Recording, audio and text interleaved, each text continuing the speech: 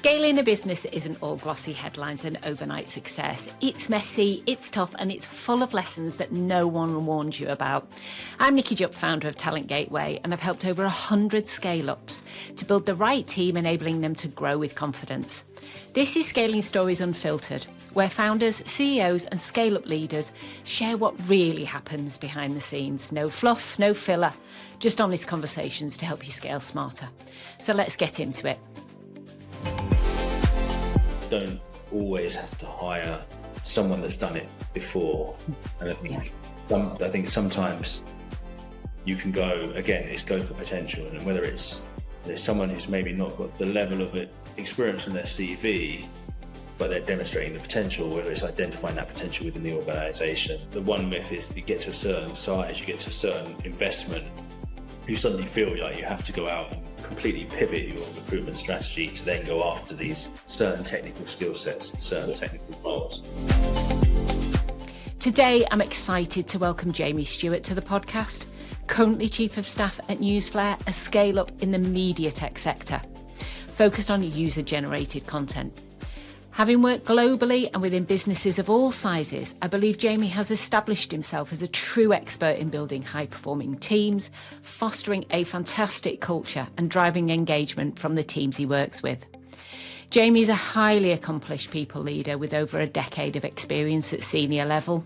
He's won awards, spoken at industry events, and led transformative initiatives across well-known brands such as Tom Dixon, Kath Kidston, and Dear London. I am thrilled to dive into his wealth of experience and insights today. Welcome, Jaimie.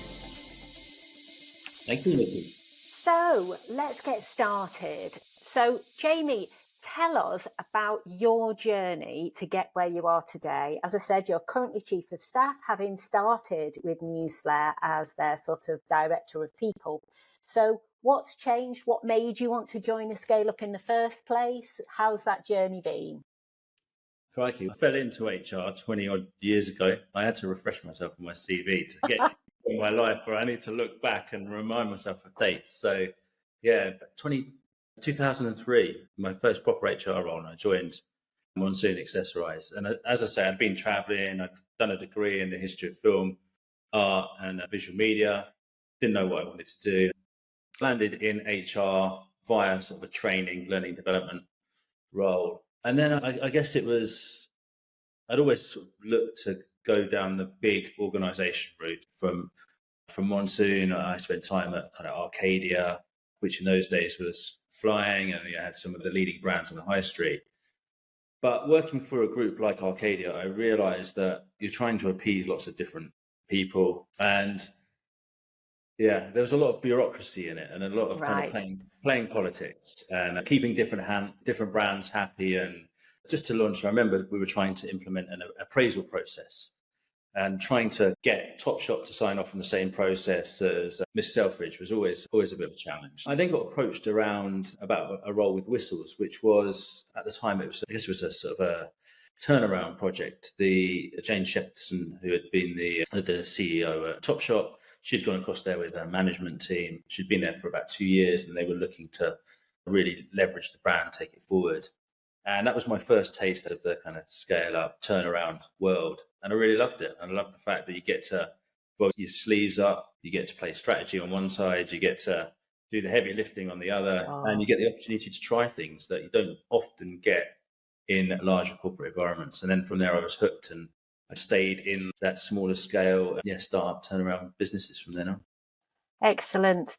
And I think for those people that will be listening or watching, I think one of the key questions that we have conversations with either the founder or a member of the leadership team when we start working with them is very much a couple of questions. One is, when do you think the right time is to bring somebody into a head of people role, whether that's whatever title you want to put on it? It's somebody that sits in a leadership position in that people function. And then secondly, for our audience, could you give some clarity around the difference between a HR role and a more senior people role? So the first one, the when to bring in a people role, I think you need to start thinking about the people piece quite seriously from almost day one. From the moment a founder brings in their second hire, they need to start having a people plan. Doesn't mean that they need a full-time HR professional to do it, but they need to start really thinking about what does the shape of my organization look like now and in the future, and how am I going to get there? Because it's critical. And I think it's a lot easier to learn, test and learn from the beginning than to try and then retrospectively go back and fit something in place. In terms of a hire, I guess it's one size doesn't always fit all. You've got to look at where you are with your organizational structure. She's set up a very successful PR company. She's at about the 30 headcount stage. Yeah. She's now thinking of bringing in an HR professional. She's had someone, as is typical with a lot of sort of startup businesses, you have someone who doubles up as the office manager, the HR person, and then has probably got another role as well on the side. Yeah. So she'd been doing that. In fact, she'd been doing quite a lot of the HR activity herself, having contracts spread across various different parts of her hard drive and Dropbox and so on. And so she felt that now is the right time where too much of her day job was being taken away from doing the people function. I think it really just depends on where you are within your organization. Obviously, budgets are key, labor costs are key, but the earlier you can do it, I think the better. The earlier, and as a founder, I think you don't need to think that you have all the answers. There are, whether you bring in fractional people to help you initially to get there, I think it just depends. But the people, the talent mapping of the organization, getting that right is so important. So the earlier the better. And I find it quite interesting. So using that terminology, again, for people who aren't in the people space, even terms like talent mapping, just share some of your knowledge. What do we mean when we talk about talent mapping? I know lots of people really don't when we use our jargon. The lexicon of the HR professional, right? It's sometimes we can, and HR can be very guilty of this. You can overcomplicate it a little bit, but essentially you have to have an idea of what structure you need for your organization. What does it look like now? Very early days it can be quite easy because it's the founder, but then where do you go? And it's knowing at each of those points along that journey, what does the team look like? What is the structure? What people have you got playing in what positions? And what are the absolute priorities that you need to have? Very early on, you need to have a really clear idea of what are the key roles that you've got to have in before anything else. Then you can look at that and think, okay, are there opportunities for me to perhaps outsource some of this? Yeah. Is there an opportunity for me to bring in fractional roles to do some of this? And it's just having an idea in your head what that journey looks like, so that at certain points, when you trigger certain milestones, what roles that you need to go after to help your business grow. And sort of, I think if you do that, because the recruitment process can take a while, you can almost get ahead of the game. So if you start thinking about this, and this is something we used to do very well in the hospitality industry, you'd almost look out there and say, okay, I've got this chef running this restaurant. Yeah. But if this chef decides to go, or we decide to move this chef on, who else is out there? And we would always have kind of 5 or 6 people that we would know could step in to replace that. Yeah. And we'd almost rate them in terms of dream signing. That maybe it hasn't got the prestige, but we know could do a really good job. And I think if you can take that kind of philosophy and then apply it, LinkedIn's a great tool for founders and people in my kind of roles as chief of staff to start networking with people that look like they fit the bill of what you're looking for. It's a great place to be, because then when you do get that opening, you've already got those conversations happening, rather than having to start to try and draft up a job description or put the advert out there and then hope the right people come to you. And often be on the back foot as well. Yeah. At the 11th hour. And that's often when you end up making mistakes, and mistakes will happen come what may, but actually you feel less like you're under as much time pressure if you've built those relationships and got to know people as well. Yeah, and I think hiring in scale-ups is really important because of the environment. The recruitment process, you've always got quite a small window of opportunity to get to know someone, to get to understand what they can really do. Whereas if you are actually networking, you're speaking to people and you're getting a feel, one, it helps inform you as to what that role really looks like, because it will evolve. Yes. And then two, it can help. You've always got a benchmark of someone, you know, that you can go back to. You can look at them, and sometimes you won't be hiring from their past experience. You'll be looking at what they can bring, what skills they can bring, what transferable experience that they can bring to the organisation as well. Yeah. And you and I have touched on this before, and hopefully we'll touch on it again, about not always necessarily looking at only past performance and past experience. It's looking forward and the potential, which is quite interesting. So in that sort of scale-up environment, what do you think some of the challenges that either you've faced or people facing as they're trying to scale their business? Maybe some common pitfalls that you've seen people fall into? I think the biggest challenge I think people face is getting the right fit into the organisation, the right type of person into the organisation. Hiring's difficult. It's a really difficult skill, which is why you've got so many recruiters out there who do a great job. But I think being clear exactly what it is that you need to fill that skills gap, and not often being swayed by logos on CVs, being really clear in terms of, has this person got the potential to grow into this role? I think it is difficult. And I think that's the hardest thing. And I think that's a mistake that organizations make, not just startup. I think it happens in every organization. Getting that hiring process right is a big challenge. And then the second biggest challenge, I think, is how do you keep a team engaged and motivated? And I think if performance is going in the right direction, it's a lot easier than if it's plateauing or you're making small incremental growth steps. And I think as managers or functional experts, people who are great in their technical area of expertise, are not always great people managers. And there can be a lot of pressure put on those people to have to adopt that people management and leadership approach. And I think having a sounding board or having an HR professional who can come in and give guidance at that point takes a lot of pressure off the founder, off of the technical experts that they've brought in to do a job, and allows someone to try different ideas, different suggestions, to keep teams focused on performance goals and keep engagement levels high within the organisation as well. Yeah, and I think there's a few things that to unpack there. I think HR, has been one of those roles over the years that sometimes gets a bad press. And I think really exceptional people in the people function, sometimes we call it HR, sometimes we call it people. Yeah. I think if you can get somebody really good, and I would certainly put you in that category, the difference that it will make to the environment, the cultural environment inside the business, is huge, because people feel supported. They feel like they can ask questions. Communication is transparent. People feel less nervous, even when times are tough. And I think being able to be a people partner, a partner to the business, as opposed to a traditional HR function, which, back in the day, and a lot's changed since then, but back in the day, HR was often seen as the people who say no. It's, they're going to say no.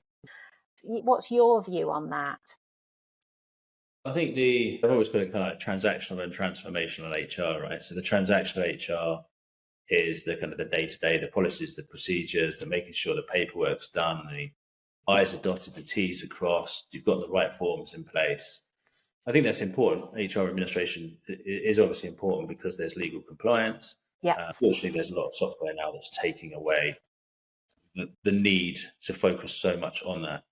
I think where HR or people professionals can really add value is by looking at that transformational piece. So how can I help the business get to where it's going? How can I help the business deliver its North Star metric? How can I help the business deliver its strategic goals? Yeah. By understanding the people that we've got in place. Yeah. And I think particularly you've got technical experts that understand it from a balance sheet, or they understand it by a sales forecasting. But being able to then look at, what is my people capability? What have I got across this organization in terms of the people that are in place? And when I think about that, or when I look at that, I always look at it in terms of that skill will. What skills have I got? But also what motivation have I got from these people? And some people have got great levels of skill, but are they really performing at the highest level? And if so, what can I do to work with their manager or work with them directly to help get the best out of them, so that they're getting the most fulfillment out of their role and the organization's reaping that benefit, as well as looking at what are the skills gaps, and do you need to go externally or do you need to grow people internally? Yeah. And I think last time we spoke, when we were talking about whether you'd be happy to come on the podcast, there was a term you used which I thought was quite interesting. And it was almost that sense that when people are really good at their role, you have sometimes that sense of misplaced loyalty to put them into a leadership position, rather than you promote them into a leadership role and they're not really ready. They're not really a leader. I think one of the things that I've seen throughout my career is that there is always a temptation to put a technical expert, because of the linear career pathways, or the historic linear career pathways. There's always, the next step is always to move from being a technical expert into a manager, and they're very different skill sets altogether. And I can remember working with the designers at Monsoon, who, and this is very early on in my career, she said to me, she was head designer for the Monsoon brand, and she was like, I went to design college and studied for 3 years because I love drawing and I love designing dresses. She goes, now all I do is manage people and monitor if someone's late or not. And she goes, that's not what I signed up for. So I think there is a tendency to push people in the wrong direction. And I think we've been quite, as a profession, I think HR has been quite slow to look at how we can do that differently. Yeah. I think the benefit that obviously startup businesses have is they can design a structure that facilitates that, rather than a legacy organization. You have a look at something like Arcadia, where you have the classic hierarchy, the org chart. It becomes very difficult to break that structure. I think the other interesting point to consider is that we used to talk about a job for life, then a career for life, and now about portfolio careers. And increasingly people are looking for experience and are looking to not necessarily stay in one lane and be able to move across. And quite often within organizations in the past, we've not had the structures to facilitate that. Whereas, now, and particularly from looking at my own experience and the organization that I'm working with at the moment, having to look across the organization and look at where we can redeploy skills is quite an interesting challenge. And actually we're seeing that being able to give people new experiences is a great way to retain them, rather than just to promise them a promotion up the career ladder. Yeah. And again, you've done some great learning and development projects, if I call them that. Just share a little bit about what you did when you built the academy.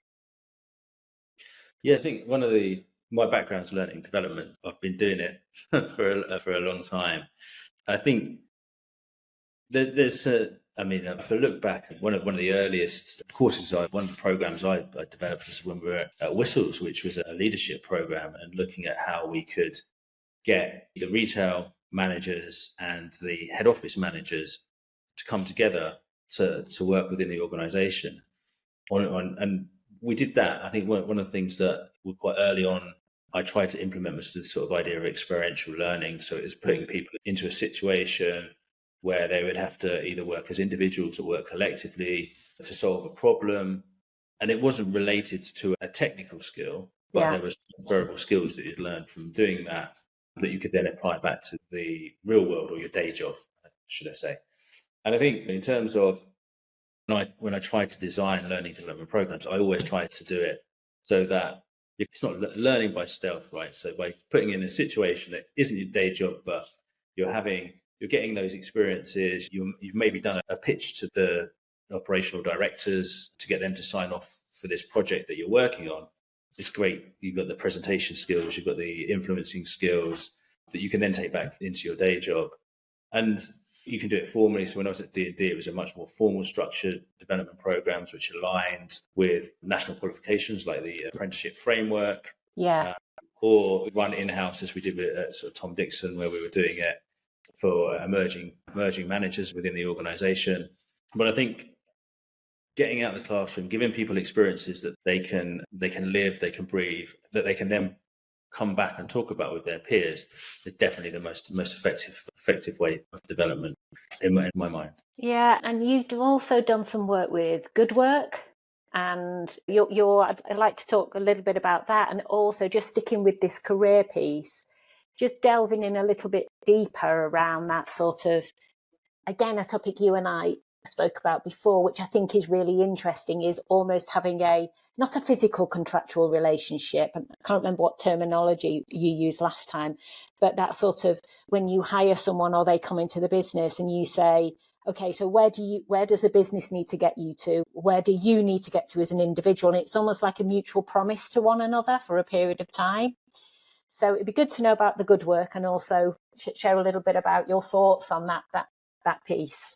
Yeah, so Good Work is a fantastic organisation that help people from disadvantaged backgrounds, is probably the wrong word, but from non-traditional backgrounds get roles with organisations. So people who haven't been to university for whatever reason, or people who are from economically wouldn't normally be on the radar of big organisations. Yeah, I quite early on I spoke to the founder of Good Work, Felicity. We were part of their pilot programme.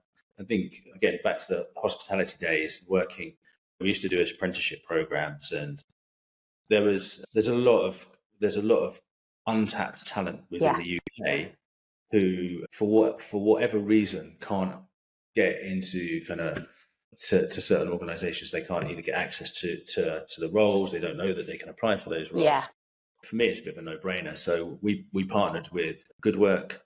We brought a guy called Raz on. It was initially a 6-month internship. Yeah. He stayed with us for 18 months as a video researcher, was extremely successful. And then he decided to move on, take the next step in his career. Yeah. And he moved on to go and work with LadBible, who are one of the most successful social publishers out there. So it's It's absolutely a great case study, isn't it?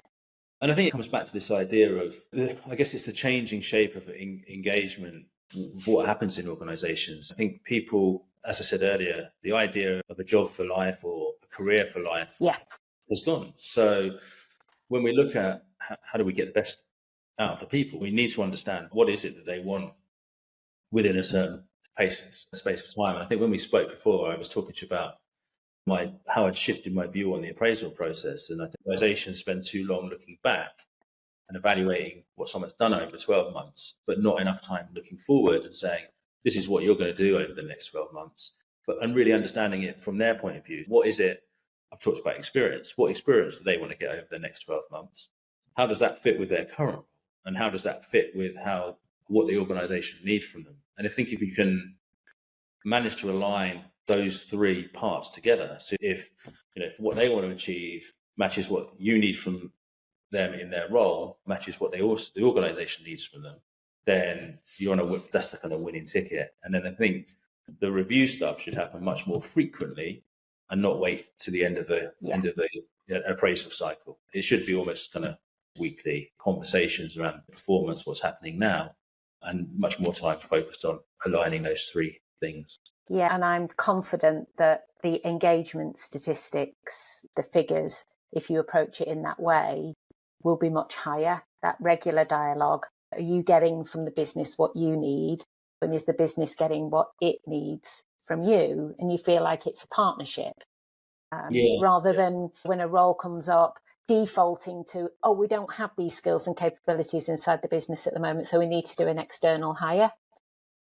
In actual fact, if you've got that rolling conversation happening, then you're already on a track to people have identified that's either where they want to develop, or you're able to make that decision.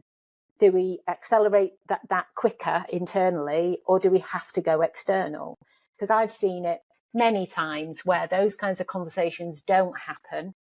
And the default, obviously, because of what we do recruiting, the default has been an external hire. Many a time you get a great hire into the business, but then somebody in that team leaves. And they leave because either they felt they were ready for the step up, if it's a more senior role, or they had aspirations to develop into that or part of that role. And because you lack that dialogue, sadly, that person leaves. And it doesn't always have to be that way.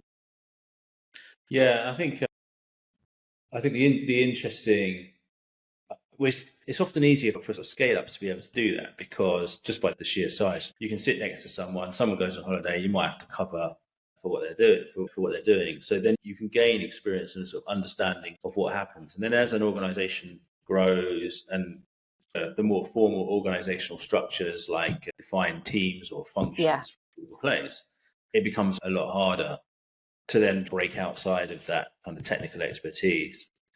I think the thing that I'm going to try and look at as we grow is how do we offer opportunities to people, and how do we spot people who have got those potential through necessity. One of my colleagues, who is a finance assistant, who came into business after doing accountancy at university, has now stepped across to do rights management, and there's loads of transferable skills within that in terms of attention to detail, following up. So whilst he didn't have an understanding of necessarily the rights management process or even an in-depth knowledge of social media as such, he was able to learn that part of the business because he had those transferable skills. So the secret needs to be, how do you skills map your organization? How do you understand who can do what? Where does that fit across that organization? What needs to happen to give someone that exposure to see if they can do those roles? And I think that's where HR can add real value by being able to be the people that do all of these kind of activities, who can map. And obviously technology is going to make it easier through HRM systems are developing all the time. There's also the potential of AI. I know it's talked about in every sphere at the moment, but there's a potential of AI there. And it's how do we almost map our people so that we know where are they today, where could they be in the future, what roles could they go into, and how do we give them those experiences to get them there? I always thought about it a little bit. How do we have it a bit like when I was growing up, you'd have the football or top trump cards be the thing. So you'd have a top trump card and it'd have a list of criteria. How do you almost do that for your team? And then how could you match a top trump card, an employee top trump card with a different role from different parts of the organization? Yeah, I love that. Top trump card. And one thing I've seen work in larger scale organizations, I know the scale of Unilever, they are huge. I don't know if you've seen this done, but where managers they'll have a central area where they can post projects, and a project that's available. It doesn't have to be a full-time project. It can be a project that someone can take on as well as their day job in a particular area. And then people can put themselves forward into doing a project that isn't naturally in their department. For example, I'm a social media manager in a particular part of the business, but actually I've got a real interest in, learning and development. Let's just say that.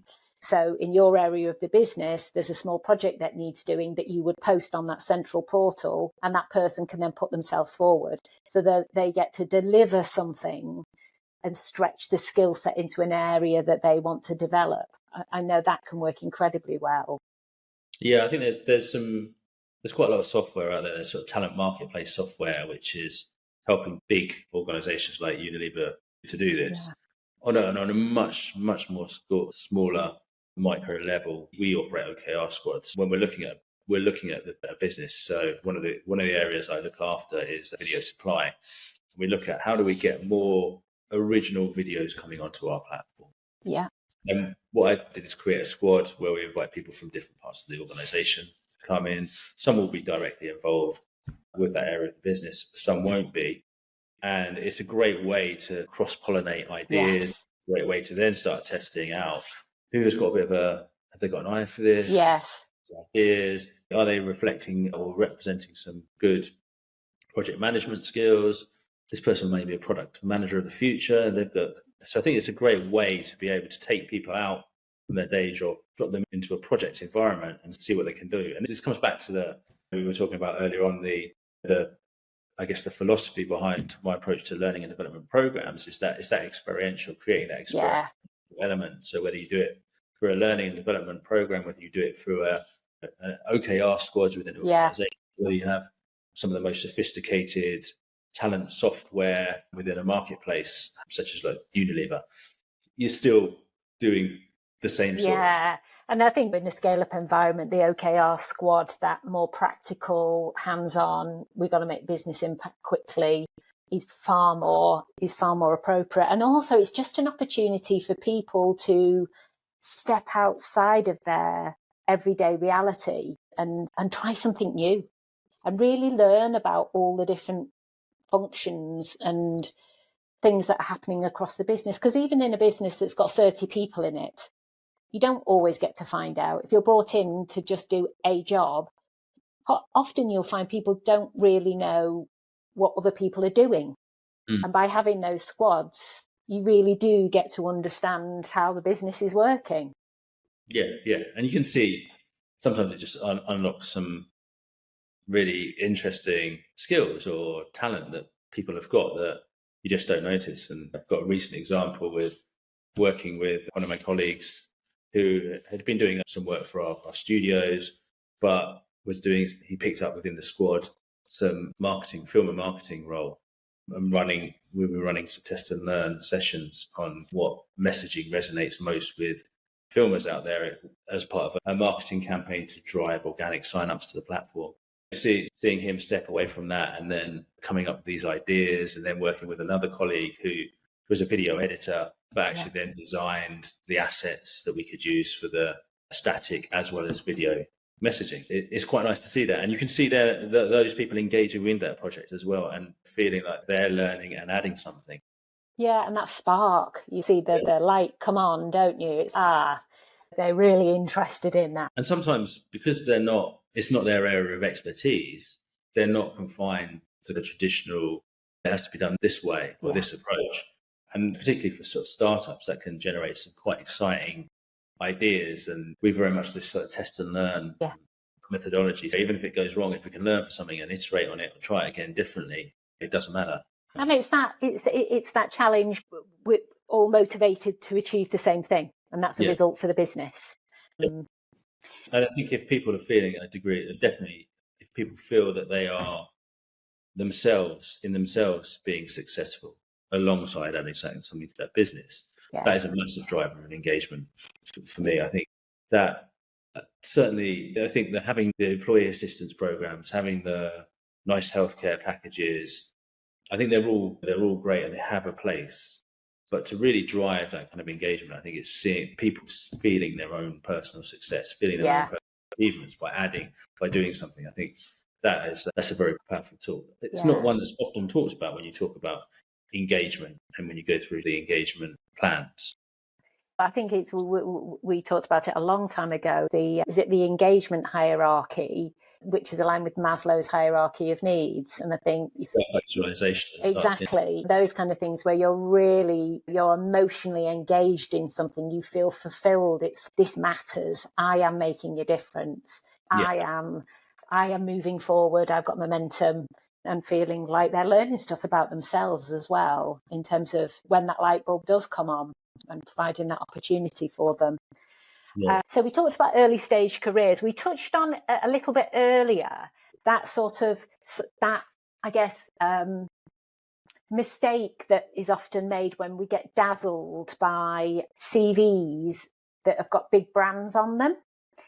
And I've seen it, you've seen it. What do you think is one of the sort of top qualities that's important for somebody to have when they're coming into a scaling business? That just out a startup, they've proved the product and you're starting to scale the business. If you work for larger businesses, that's a different kind of environment. What do you think is important for people to look for when they're hiring people into that environment? So I think the biggest challenge is everyone I talk to likes the idea of the scale of a startup or the scale up. Yeah. They like it. But I think when reality hits, it's not everyone's cup of tea. I think if you're talking to someone that has come from a big organization, there has to be some honest dialogue about what it's really going to be like. Yeah. Because not to scare them off, but I think it's so that they really understand what they're stepping into. Because it's a completely different skill set to run a large function in a big multinational organization than it is to have a team of possibly one or two, where 1 minute you're producing the kind of report you were doing 20 years ago, and then the next you're standing in front of the board and presenting your strategic go-to-market plan, for example. So I think that's the most difficult thing, and I think that you can. The thing that I've learned is that you can be swayed by someone's past experience and that they've been very successful in those kind of roles, but can they replicate that? And it's not to say that they can't, but it's being honest with them about what that looks like and what you need from them, and about them being able to explore that role before they come in. Yeah. And I think that's it's always quite difficult because you go into a recruitment, or historically, I remember recruitment was always seen as it's a sales pitch, right? So you're selling this organization to these people. So you always want to try and paint it in the best light possible.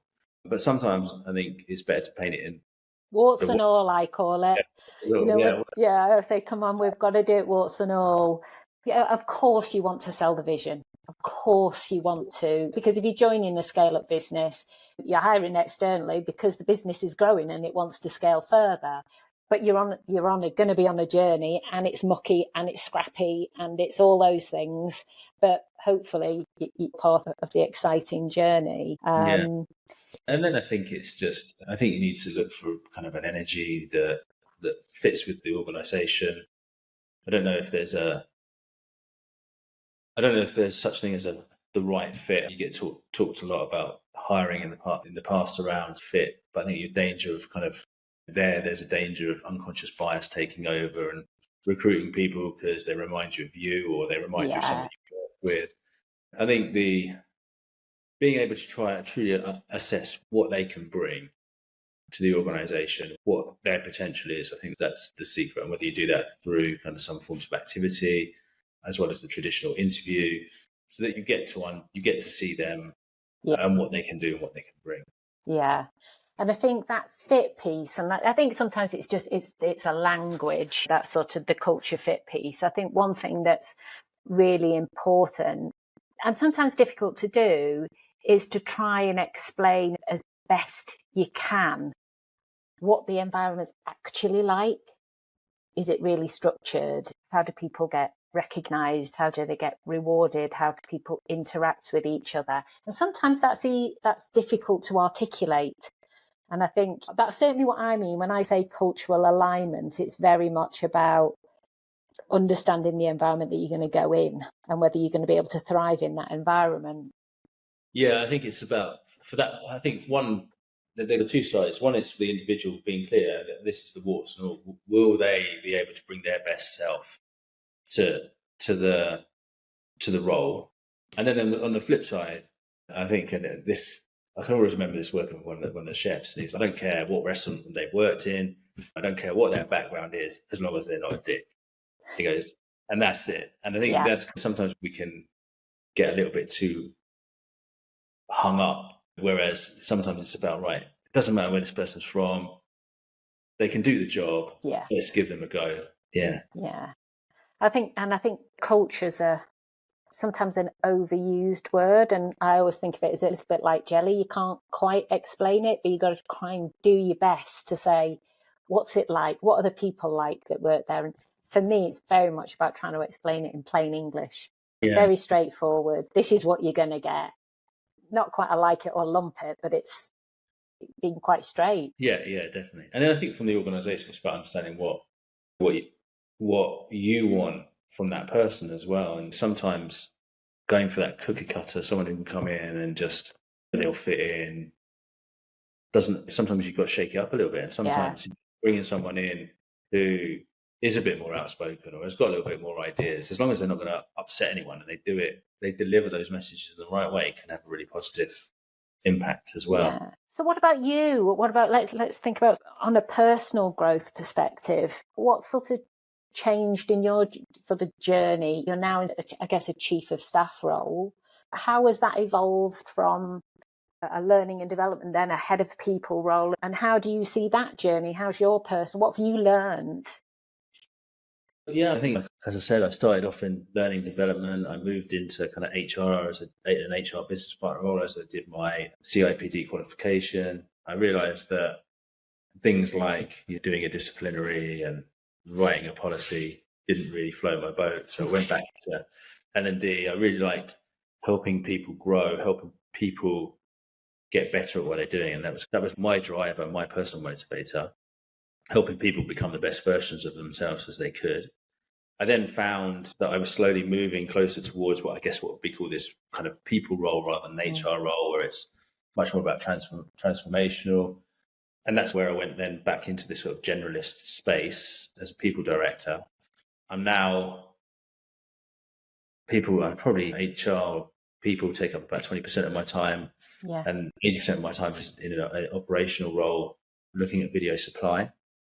What's been interesting is stepping into the role, not as a technical expert in any way, but having technical experts around me, but being able to draw on practicing, I guess, what I've preached for the last 20 odd programs, helping to galvanize teams and getting them to really step up and really understand what it is that they want to achieve, what we can drive and deliver together. That's been really exciting part of this kind of role, stepping into the heading up the video desk. For me, it's about continue to contribute that within Newsflare to see how far we can take that, and hopefully it will be the next stage in the organization's evolution journey. Yeah. And then sit back and reflect on what next. I know the first time that we ever spoke, Nikki, when you approached me around the role for Newsflare, I said my dream is to create a world-class HR or people function that people look to. And at the time we were speaking, Netflix was being heralded as the pinnacle of the culture. And I think so somewhere deep down in my ego is still the ambition. The ambition to do that. But I'm loving what I'm doing from an operational perspective. And actually, I would advocate, we've talked about cross-training, we've talked about gaining more experiences. I think anyone that is looking to kickstart an HR career should think, how do I get some operational experience? Support that. And I think because it'll make you a better HR professional, make you understand your stakeholders more. I think I've always had quite a commercial eye in terms of how I've approached the HR role. And I think being an HR business partner way back with the Monsoon and working very closely with some of those technical functions to understand how they've worked set me in good stead. But I think actually then having an operational role that you can relate to is really useful. Yeah. I think for some of the scale up CEOs listening to this, you might have people in your operational function that actually will make really good people professionals. And it might take a lot of guts to look at exploring, to maybe taking someone who's a great salesperson away from the organization and away from the sales part of the organization and into a people role. But longer term, it may really pay off. Yeah, I certainly see that is a change that is happening, not necessarily just from operational into a people function, but going full circle in terms of our conversation, starting earlier about that people moving into various functions and gaining experience in that way rather than linear. I am a HR person, I'm going to stay in the people function and that's what I do. Having that opportunity. Earlier career people seem to not necessarily be saying, I am going to be this. It's, I'm going to take on that challenge, and all the time I'm challenged and I enjoy it. I'm going to stay with that. And then I might then move into something that is very different. And I think that would be interesting to see how that shapes. And how the organisations facilitate that. I think you're still at that point where you don't want to lose key talent. And we talked about I've been talking about the life cycle of employees, and maybe the kind of the life cycle could be 18 months, maybe. But if you know that, and if you're talking to your people, you can plan for that. And that's why it's come full circle to our earlier, at the start of the conversation, when you're talking about being able to map the talent within your organization. Historically, we were always told length of service is great. The longer someone stays with you, the better. But actually, maybe it's not. Maybe the sweet spot is 12 to 18 months for certain roles. And then if you know that, you can plan how you fill that, and then you help them move on. And then potentially we're talking about the rise of boomerang careers now, which is where someone leaves an organization, gains skills elsewhere, and then comes to an organization. You've created the right culture, the right environment. There's no reason why people can't do that. And they're going to get valuable insights back into that organization in the future. So spot on. The alumni employee, the advocate, the employee advocate, I think it is so important. Me and my CEO often laugh where we talk about jobs that we've had where we've loved it, and then you hand your notice in, and that's it.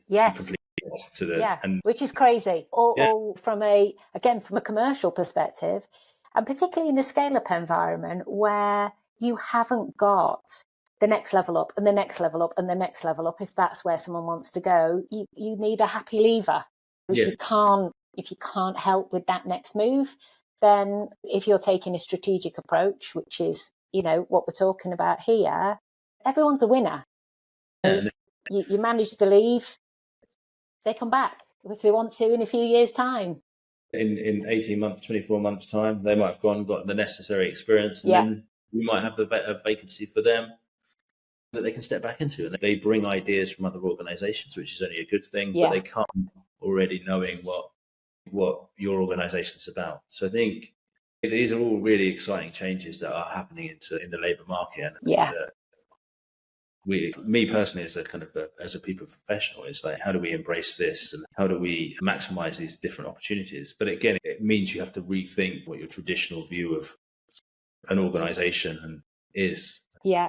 But I think it all comes back, as you say, full circle to that. If you can start with a call it a plan, which sounds a bit dull, but actually, what does the business need? What have we got? How do we develop people, etc., etc. So just a last couple of questions to wrap things up. So I always like to give people practical takeaways. I'm like, so what's one piece of advice that you'd give anyone currently scaling a business? I think I would give as much thought to your people plan as you would to your go-to-market plan, because sometimes, particularly early on, it can seem an academic activity, but that time invested earlier on will save you. It will be a massive time saving later on. So I think that I can't emphasize enough how important I think that is. And almost the moment you bring in that first hire, or even before you bring in that first hire, you need to start thinking about what does my organization look like? And I think I speak to any founder, either on sort of networks or the ones I've worked with, and they're thinking about their product, and they've had these big long-term visions about, it's going to be a unicorn and I'm going to do this. And I'm thinking, but what about the people? What do you mean? So if you can put that same energy into that thought process, you've created a real kind of a plan of the workforce and how that workforce is going to help you get there. And as a business, you're then a force to be reckoned with. If you've got that talent engine working alongside your product, your finance, it often seems an unloved part of the senior leadership team, I think, sadly. Yeah, if you keep it simple and you can experiment, think of it like a product. Think of your people like a product and experiment, work out what works. And then as you build your leadership team, they can become more involved in that process. And then they buy into the whole people play a lot earlier. And then it makes it a lot easier when you do hire someone like me as an HR professional coming in, because they've done it. They put that groundwork in place. As opposed to trying to win them over, and everyone's like, we've got to a certain point, we have to have HR now. Yes, absolutely agreed. And then last question is, what's a myth about scaling that you'd like to bust? God, that's a difficult question. Just put you on the spot. Not really. Thank God you didn't do this in any of the interview processes with me. I think the scaling is you're not going to always have the right answers, and I think there's a temptation for the founder or the senior leadership team to think that they have to have the right answers. I think it's learning, testing, learning, failing, learning are key to success in scale ups. I don't think you feel like you should always have the right answer. You should be able to find ideas, test those ideas, be confident enough to say these ideas haven't worked but this is what we've learned and this is what we're going to try differently. Yeah. And I think having that level of agility, truly having that level of agility to be able to do that is key to having a successful scale up, to having a successful small, medium-sized business. And I'm sure with all the complex layers, having one of the kind of multinational as well. Yeah. I think we pay lip service to being agile, testing and learning. Yeah. But actually being able to do it is key. I don't know if that's a myth busting. I don't know if that's busting a myth. I think it's a good answer though, in terms of almost what's important as opposed to what isn't important. And I think that has to come from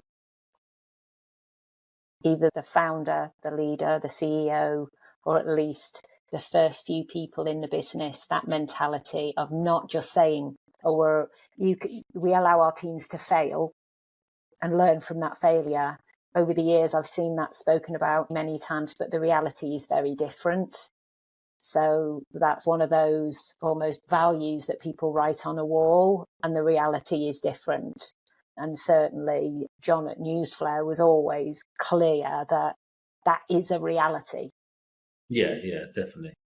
And I think that comes back to having this idea of kind of what is the culture I'm trying to create, and then what is my people plan to be able to do that. I think the other myth is that, just a bit of time to think about this, is that you don't always have to hire someone that's done it before.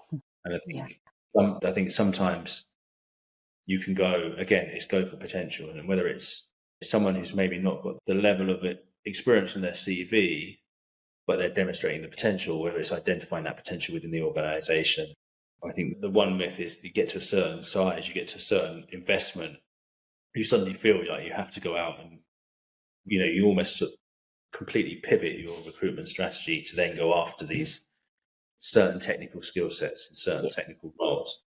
I think, again, if you've got that talent plan in place, that people plan in place, you don't need to rush to make those big hires. You can explore the opportunities first. Yeah, and probably take a more blended approach to how you bring in that level of experience alongside developing those from within as well. So that was a myth, that final one. So thank you very much. Yeah, we got there in the end. I thoroughly enjoyed it. I have no doubt that people who watch this or listen to it will get a lot from it. A huge thank you from me. And thanks a lot, Jaimie. No, thank you, Nick, for inviting me to do this. My pleasure. So that's it for this episode of Scaling Stories Unfiltered. And if you enjoyed the conversation, don't forget to hit the subscribe button and share it with someone who's on their own scaling journey. And I'd love to hear from you, whether you've got a question or a personal story to share, or even you want to suggest someone that I might interview as a guest. Just head on over to the link in the descriptions where you can share the information. Your insights could be featured in one of our next episodes. In the meantime, why not check out some of our other interviews for some real unfiltered scaling stories. Thanks so much for listening, and I'll catch you on the next one.